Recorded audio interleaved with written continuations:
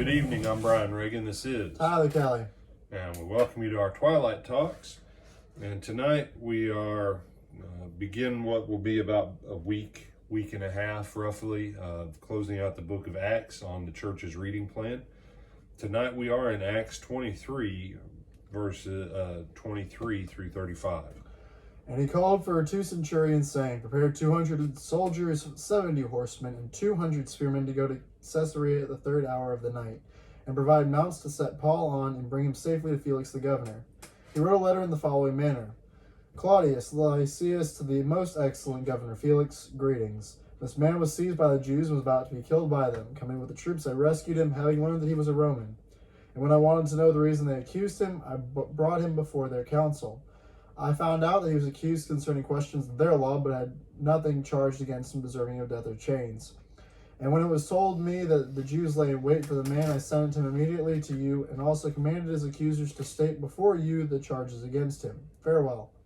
And the soldiers, as they were commanded, took Paul and brought him by night to Antipatris. The next day they left the horsemen to go on with him and returned to the barracks. When they came to Caesarea and had delivered the letter to the governor, they also presented Paul to him. And when the governor had read it, he asked what province he was from, and when he understood that he was from Cilicia, he said, "I will hear you when your accusers also have come." And he commanded him to be kept in Herod's praetorium. All right. So, Paul goes to Jerusalem. We could go back and show that the Holy Spirit made it clear that Paul did not have to go to Jerusalem. Since the Holy Spirit gave prophets in the early church a testimony that Paul did not have to go to Jerusalem. You say, then how would Paul ever have testified in Rome, brother? He could have gone on a ship as a free man. You know? But Paul told everyone to quit prophesying about what would await him in Jerusalem because it was making him upset. And so he goes. And what the Holy Spirit warned Paul, if you go to Jerusalem, not when you go, but if you go, this is what will await you, but you don't have to go. And you say, but who would have delivered the money? That's why all those places throughout the church, as he took the offering for the saints, he had every church send someone with him to make sure the money got delivered. I mean, there's probably 15 or 20 people total that are part of Paul's party bringing the money to help the brethren. Okay? So there was plenty of people that could have done it. Now he's been taken captive for his own safety. Because Paul said that he wanted to appeal his case to Caesar. Paul has identified himself as a Roman. And the moment they knew he was a Roman, and you say, how'd they know? Well, first of all, you didn't go around in the ancient world and go, I'm a Roman, if you're not a Roman. That's just, wow, that's bad. That's bad. But what do we have in other countries, Tyler, that people can go to as Americans if things get a little bit sketchy in that country? Embassies. You know, that's when you go to another country and you get a visa and stuff and you have your passport. Our government likes to know you're in that country so they can get you out of that country if things go sketchy. That's the point of an embassy. That's one of the benefits of being an American, usually, is that our government does take care of us to get us out of countries when things go sketchy. That goes back to the Romans, really.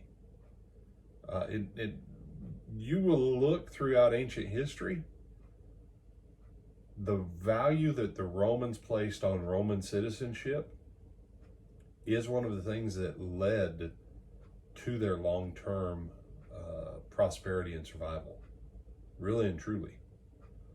And without making a huge political commentary, the undermining that we do in America about our own citizenship is one of the reasons why we lack stability. Because if everyone can get all the same benefits of citizenship and not have to be a citizen, then you know what that means they have to have for loyalty? Yeah, Tyler's shoulder shrug says it all. Whatever. And so, as you're seeing this, everybody focuses on Paul the Jew, Paul the Jew, Paul the Jew. But most of the rest of the book of Acts is going to show Paul's benefit of being Roman. And here's the application for that. Tyler, first and foremost, you're a Gator fan, is that correct? First and foremost, no. Then what is your first and foremost identity? I'm a Christian. Are you sure? Are you asking me or are you telling me? I'm telling you. You're telling me, okay.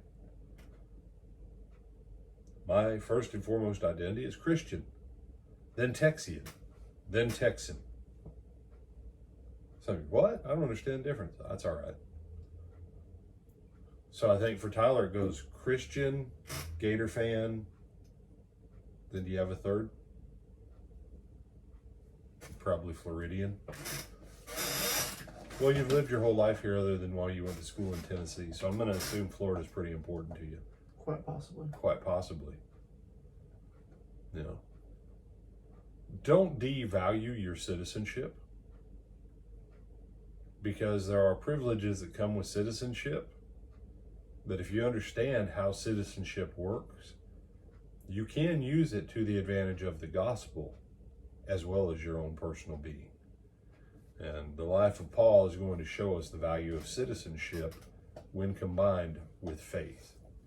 Not faith combined with citizenship, but citizenship attached to faith. Faith is the key thing.